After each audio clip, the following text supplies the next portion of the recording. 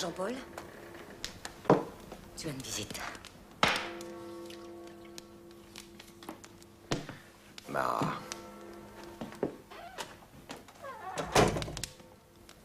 On m'a dit que vous étiez malade. Un cadeau des égouts.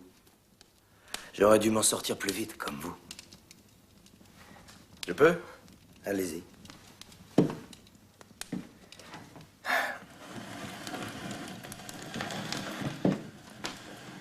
Vous avez des nouvelles de Paris? Oui. Desmoulins a pris goût à vivre à la campagne avec sa Dulcinée. Son journal a été interdit, son atelier mis en pièces. Il n'a aucune raison de revenir.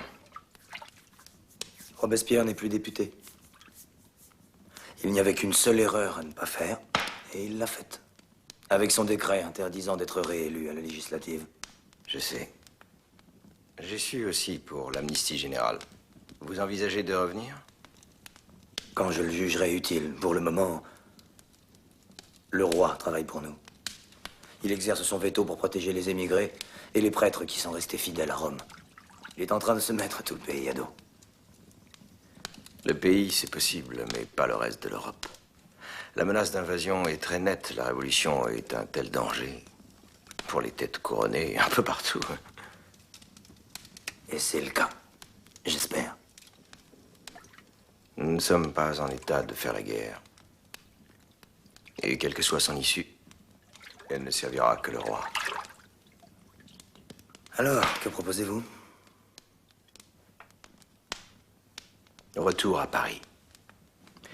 Nous pourrons être plus utiles là-bas. Nous n'avons rien à craindre de la guerre, car elle seule peut purger la France du despotisme qui l'étouffe. Espérez-vous d'un souffle détruire l'aristocratie, les prêtres réfractaires, tous ceux qui s'opposent à la Révolution? Alors il faut détruire l'armée d'émigrés qui se rassemble à Coblence, tandis que nous parlons.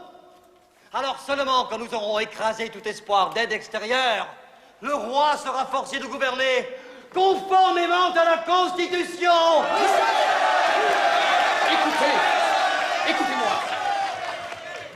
La guerre n'est pas une solution. Écoutez-moi bien, Brissot, et vous tous, les amis girondins. Affirmer à cette tribune qu'il faut déclarer la guerre est intolérable. Toute guerre offensive est par nature contre-révolutionnaire. Avez-vous donc si peu de confiance dans la cause révolutionnaire? Il ne suffit pas qu'un peuple entre à main armée chez un autre peuple pour lui faire adopter ses lois et sa constitution. Les peuples de toute l'Europe nous attendent. Personne n'aime les missionnaires armés. Monsieur le roi!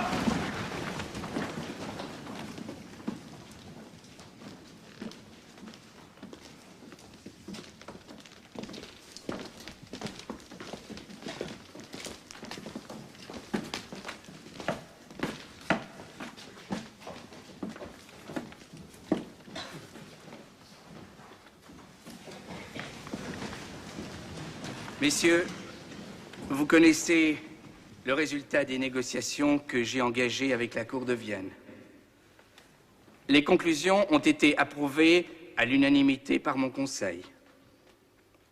Elles sont conformes à vos vœux et aux sentiments exprimés par un grand nombre de citoyens dans les différentes provinces du Royaume. Tous refusent de voir la dignité du peuple de France insultée plus longtemps.